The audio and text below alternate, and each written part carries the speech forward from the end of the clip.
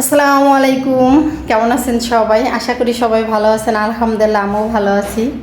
ঘুম থেকে উঠে এখন কাজ শুরু করলাম। দুজনের সংসারে টুকিটাকি কাজ তাই করতে গিয়ে আমার দিন চলে যায়। যেহেতু বাসা বাড়িতে, গ্রামের বাড়িতে তো ঘুম থেকে উঠি রোজার দিন হোক যাই হোক 6টা সাড়ে 5টার সময় ঘুম থেকে উঠে গেছে। এই জায়গা সিঁড়ি খেয়ে ঘুমাইলে ঘুম থেকে উঠতে উঠতে 10টা বেজে যায়। তাই যে প্রথমেই বিছনাটা একটু ক্লিন করে নিলাম। ঘুম থেকে উঠে বিছনাটা ক্লিন না করলে মনে হয় কি কামের কোনো গোছানি আমি পাই না। তাই যে বিছনা ক্লিন করে নিচ্ছি, সুন্দর করে খাটটা মুছছি। মুছার পরেই তো বিছনাটা ভালো করে ঝেড়ে নিয়েছি। আর এই ঝাড়ু দিয়ে বিছনাটা আমার না ঝাড়লে মনে হয় কি বিছনায় পরিষ্কার হয় না। এই পাশে দুইটা চেয়ার দুইটাও সুন্দর করে মুছে নিছি। জানালা থেকে পর্দাটা একটু সরাই দিছি। পর্দাটা সরাই দিলে হয় কি দেখেন, যে লাইটটা বন্ধ করলে সুন্দর একটা আলো আসে রুমের ভিতরে। এই জন্য জানলার পর্দাটা সরাই দিই আমি সকাল হলে। এখন আর টুকিটাকি কাজ আছে, সেই কাজগুলো সারবো। সিঁড়ি খাওয়ার পরে যে শাক ভাজি, তারপরে ছোটো মাছের ভাজি অনেকগুলাই রয়ে গেছে। এখন এই ছোটো মাছের ভাজিটা জ্বালায় রাখবো, ইফতারি খোলার পরে ভাত দেখাবো। আর এই শাক ভাজিটা ফেলাই দেবো। এটা জ্বালায় রাখলে শাক ভাজি জ্বালানোর পরে ভালো লাগে না খাইতে, এই জন্য এটা রাখবো না, এইটা রাখবো। এখন এই দুইটা জ্বালাই নেব।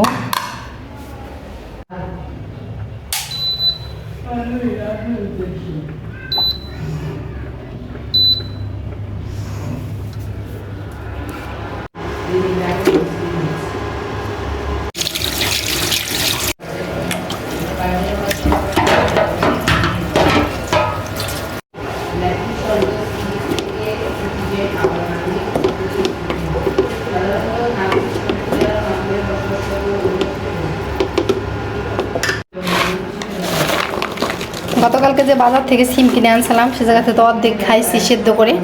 আর এই অর্ধেক দিয়ে ভাবতেছি এগুলা চিগড়িয়ে তারপরে সে বিচি দিয়ে খিচুড়ি রান্না করে খাবো তো বলতেছি, আবার দেখা যাবে কি আলসির জন্য পরে আবার করাও হবে না। দেখে চেষ্টা করব। একটা জিনিস আপনাদের দেখাই, এই যে আমরা যে বিল্ডিংয়ে থাকি সেই বিল্ডিংয়ের এই যে পাশে কিন্তু এই জায়গাটা কিন্তু বিল্ডিং মালিকের না, কিন্তু এই বিল্ডিংয়ের ভাড়াটিয়া এত নোংরা ফেলায় এই জায়গা। তারপরে ওনারা কিছু বলতেছে না, পরিষ্কার করে দিতেছে। কিন্তু এই পরিষ্কারটা করার কথা কিন্তু আমাদের বাড়ির মালিকের করে না, কি আর বলবো। আর সে যদি ভাড়াইটাকে বলে দেয় যে জায়গাতে এভাবে নোংরা ফেলায়ও না, কোনরাই ফেলায়, বাড়িওয়ালারাই ফেলায়, ভাড়াইটারা কী করবে বলেন। আর ওই যে বিল্ডিংটা দেখতে পাচ্ছেন, ওই বিল্ডিংয়ের প্রত্যেকটা ইউনিটের যার যার মালিকরাই থাকে কিনে, আর দু একটা হয়তো ভাড়াইতে হবে। তারা কিন্তু ওই যে তাদের সাইড দিয়ে ময়লা ফেলাই লিখেবে, তারা কয়দিন পর পর এরকম সুন্দরভাবে পরিষ্কার করে আড়াই ফেলাই দেয়, মানে উপর দিয়ে থাকে না ময়লা। কিন্তু এই বাড়ি মালিক করে না। কি সুন্দর করে ওরা পরিষ্কার করতেছে দেখেন, এত ভালো লাগতেছে। বাসার পাশে যদি এরকম নোংরা থাকে একটু ভালো লাগে না, কিন্তু এরকম সুন্দর যদি পরিষ্কার থাকে তাহলে কিন্তু ভালো লাগে। ওই লোকটাকে আমি চিনি, এই লোকটার বাড়ি মনে হয় আমাদের ঘর বাড়ির কাছে। আর এই যে ওই যে হচ্ছে বাজারের মসজিদের আমির সাহেব, আর এই জায়গাটাও হচ্ছে বাজারের মসজিদের আমির সাহেবের থাকার জায়গা।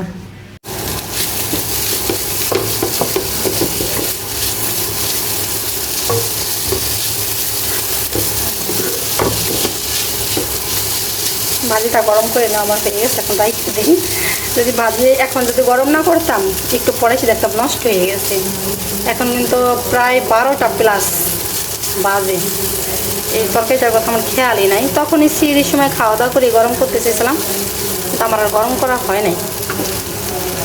আবার ভাবি ফোন দিল, ভাবির হচ্ছে বিয়েই, আবার আমারও পরিচিত কাকা হয়, সে মারা গেছে। তাকে দেখতে যাব, এখনও তাকে আনা হয় নাই। ফরিদপুর মারা গেছে, সেই জায়গা দেখতে যাব। এখন থালা বাসন জড়ো হয়ে কতগুলা থালা বাসন জড়ো হয়েছে, এগুলো ধুবো, ঘর ঝাড়ু। সকালে এখন পর্যন্ত টেবিলটা মুছা হয় নাই, তাই মুছে নিতেছি।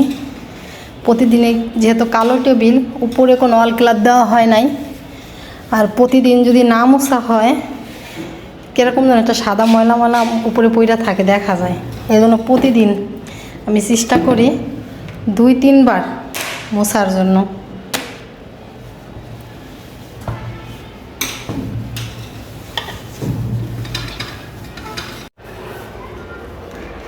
টেবিল মোছা আমার হয়ে গেছে। আর এই যে এই থালা বাসনগুলো আমি টেবিলের কোনায় রেখে দিছি, এই জায়গা থেকে সরাইতে হবে।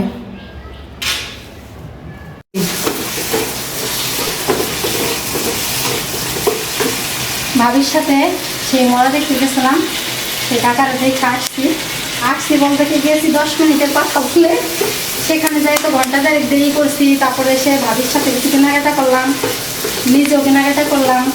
তারপরে ভাবিরা ফ্লাইট কিনছে, সেই ফ্লাইট দেখতে গেছি, সেখানে একটু দেরি হয়েছে। ভাবির বাসা পর্যন্ত গেছি, সেখানে যাই একটু দেরি হয়েছে। বাসায় এসে গোসল করে নামাজ পড়ে তাড়াহুড়া করে এখন রান্না করতেছি। বেশ কিছু রান্না করবো না, আজকে আলু দিয়ে কালীবাউস না কালীগন্ধা মাছ জানি বলে, এটা কষাবো। তারপরে বেগুনি ভাজবো। আর গতকালকে তরকারি রয়েছে, এইগুলাই, বেশি কিছু রান্না করবো না। প্রতিদিন কিন্তু ভাজা পোড়া খাওয়া ভালো লাগে না।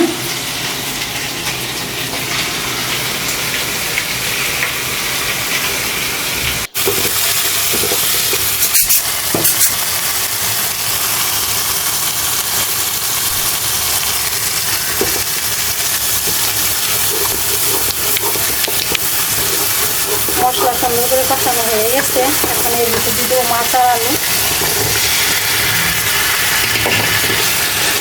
মাছ আর আলু দিয়ে কিছুটা নাড়া করে দিই, পানি দিয়ে দিব। এই যে অল্প করে রান্না করতেছি, এইগুলোই দেখা যাবে কি থাইকে যাবে। অল্প মানুষ হলেই একটা মহা ঝামেলা, যা কিছু রান্না করি না কেন খাইতে যায়।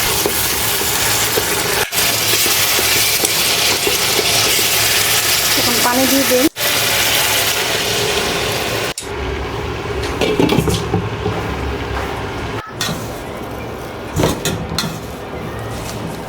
আজকে বেগুনি ভাজবো ইফতারিতে, সেই জন্য বেগুনির জন্য যে এগুলো মাখাইতেছি। এতে ডিম আছে, তারপরে আদা রসুন বাটা আছে, একটু মরিচের গুঁড়া দিছি, হলুদ লবণ বেসন আর হচ্ছে ময়দা দিছি। এর ভিতরে আমি একটু পানি ব্যবহার করি নেই, প্রথমে আমি এইভাবে ছেনে নিতেছি।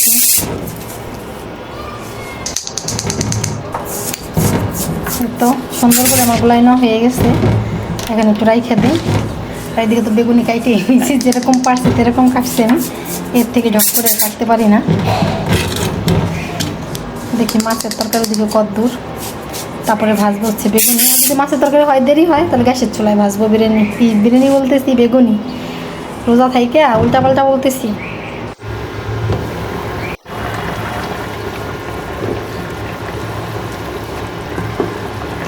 আরও হবে, আর অনেক টানাই ফেলবো, ঝোলার অনেক টানাই ফেলবো, আর অনেকক্ষণ পর্যন্ত জাল হবে। আমি গ্যাসের চুলায় বেগুনি ভেজে নিই।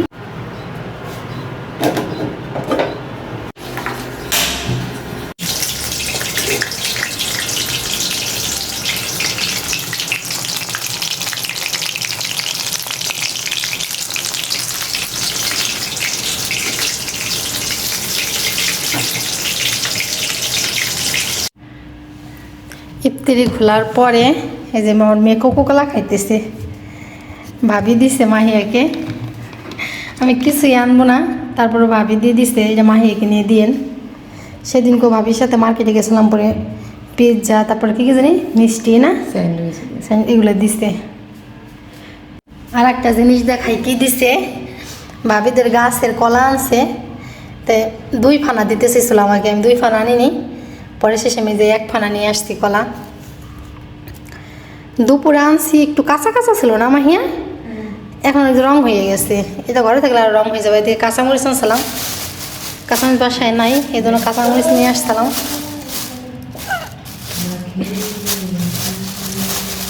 কাঁচামরিচটা ঢেলে রাখি, আর নষ্ট হয়ে যাবে না।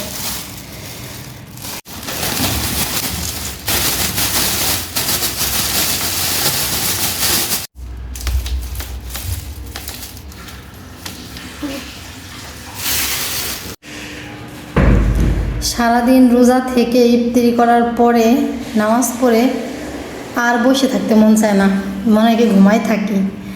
ঘুমাবো যে মেয়ে আবার এই পাশে পড়ে, কিছুক্ষণ পর পর আমার মেয়ে আবার আমাকে ডাকে, ও মা, মানে আমি ঘুমাইছি নি, দেখে আমি ঘুমাইলে নাকি ওর নাকি ভয় লাগে, এই জন্য ঘুমাইতেও পারি না, বসে বসে ফোন চাপি আর একটু পর পর একটু হাঁটাহাঁটি করি। ঘুম চলে আসে, মানে ইফতারি খুলে নামাজ পড়ার পরে শুইলেই ঘুম চলে আসে আমার। কিন্তু মেয়ের জন্য ঘুমাইতে পারি না, মেয়ে শুধু টাকাটাকি করে।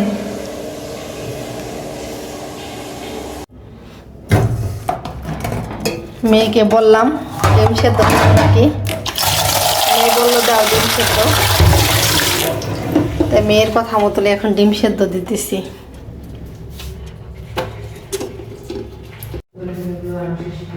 দিনে রোজা থাকা হয়, এই জন্য দিনে ডিম সেদ্ধ করে খাওয়া হয় না।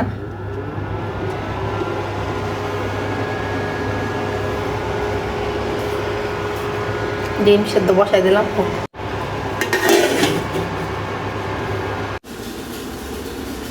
অল্প কিছু আলুর পাপড় আছে, এই বলে দেখতেছেন এই কড়াই আছে, এগুলো এখন ভাইজে নেব।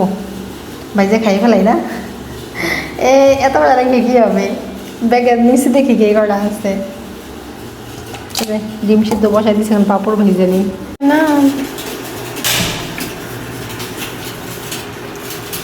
বেগুনি বানাইছি, সেই বেগুনের চপ বানাইছি না এই কড়াইতে, এই জন্য কড়াইতে তেল রয়েছে, এই তেলেই ভাজবো আলুর পাঁপড়।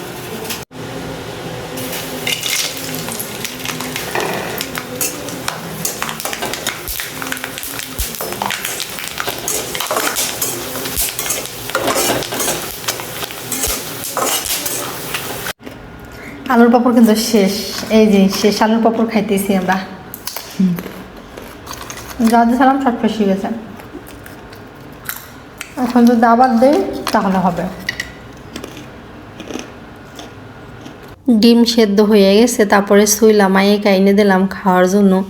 মেয়ে তো ডিম হাতে পাই ভাঙা দেখতেছে ভিতরে সেদ্ধ হয়েছে নাকি। আমি একটা জিনিস ভাবি, এই মেয়েকে ছোট সময় দেশাল মুরগির ডিম দুইটাও খাওয়াইছি দিনে, তখন কিন্তু আমি গরম পানির ভিতরে দিছি আর উঠাইছি, সেইগুলা খাওয়াইছি, ভিতরে একেবারে নরম থাকছে, চামিচ দিয়ে খাওয়ানো লাগছে। এখন সেই মেয়ে সেরকম ডিম খাইতে পারে না, সেদ্ধর উপরে কড়াভাবে সেদ্ধ হবে সেই ডিমই সে খায়, সে একটু ভিতরে কাঁচা থাকলে খাইতে পারে না। তারপরে যে চপ ভাজতালাম বেগুনের, হ্যাঁ বেগুনের চপ ভাজলাম, সেই যেইগুলো রয়ে গেছে গুলানুরি যেগুলো রয়ে গেছে বেসনের, তো ভাবলাম এগুলা রাখলে তো নষ্ট হয়ে যাবে। আলু কুচাইয়ে এর ভিতরে দিয়ে এখন বড়া ভাজবো। মেয়েকে বললাম যে আলু কুচাই দিয়ে পিস দিয়ে এর ভিতরে কুচাইয়ে তার বড়া ভাজি, মেয়ে বললো ভাজো। তারপরে যে ভাজতেছি, এত মজা হয়েছে বলার মতো না। আর ঘরে যদি এভাবে রাইখে দিতাম নষ্ট হয়ে যাইতো, সকালে ফেলানো লাগতো। এই জন্যই যে আলু চপ ভাজছি সেই কড়াইতেই, আবার পাঁপড় ভাজছি সেই কড়াইতেই, এখন এই যে সেই বড়া ভেজে নিতেছি, আলুর কুচনে দিয়ে বড়া। এই বুদ্ধিটা কইরা ভালোই হয়েছে, তা না হলে কিন্তু ফেলানো গেত, নষ্ট হয়ে যাইতো। হয়তো খাইতে মন চাইতেছে না এখন, যেহেতু চপ খাইছি, ডিম খাইছি, পাঁপড় খাইছি, এখন ফেলানো যাবে বিধায় বাধ্যতামূলক খাইতেছি। আর এইগুলা খাওয়া তো আহামরি স্বাস্থ্যের পক্ষে ভালো না, ক্ষতি, কিন্তু ফেলানো যাবে দেখে আমি বানাইতেছি। পরে যে এরকম 2 খোলার মতন হয়েছে, এইভাবে ভাজা নিতেছি। এই এক পাশ সুন্দর করে ভাজা হয়ে গেছে, আর এক পাশে উল্টাই দিতেছি। ভাবতেছি কীভাবে উল্টে দেবো, না হানি পড়ে যায়, ছোটো কড়াই দলা ধরে রয়েছে যেহেতু, দেখি না পড়ে নাই। এই পাশে একটু কড়াইতে লাগিয়ে গেছে, ওইটা এত পরিমাণে শুকাইছে, তারপর দিনকে কড়াই ধুইতে যে আমার ওগুলো উঠেই না, তার গুণা দিয়ে ঘষে আমি উঠেছি। ওই কোনায় যা লাগছে এত শক্ত হয়ে রয়েছে। বেসন জিনিসটা কি যদি কোথাও লাগে না, শক্তির মতো লেগে থাকে একেবারে। তাই তো এইটা তোমার ভাজা হয়ে গেছে, পরে বাকিগুলা দিয়ে ভাইজে নিব। একটু কড়াভাবেই ভাজতেছি, যেহেতু বেসন ভিতরে আবার আলু দেওয়া হয়েছে, এই জন্য কড়াভাবেই ভাইজে নিছি। কড়াভাবে না ভাজলে ভালো লাগবে, না হলে ভিতরে আলু থাইকে যাবে কাঁচা। তাই যে এখন বাকিগুলা ভাইজে নিতেছি। বাকিগুলা ভাইজে যে মেয়ের সামনে নিয়ে আসছি খাওয়ার জন্য, মেয়ে তো খাইয়ে বলতেছে না অনেক ভালো হয়েছে। আপনাদের সাথে কথা বলতে বলতে ভিডিওটা এখানেই শেষ করতেছি। কথা হবে অন্য কোনো ভিডিওতে, ততক্ষণ আপনারা ভালো থাকবেন, সুস্থ থাকবেন। আল্লাহ হাফেজ, আসসালামু আলাইকুম।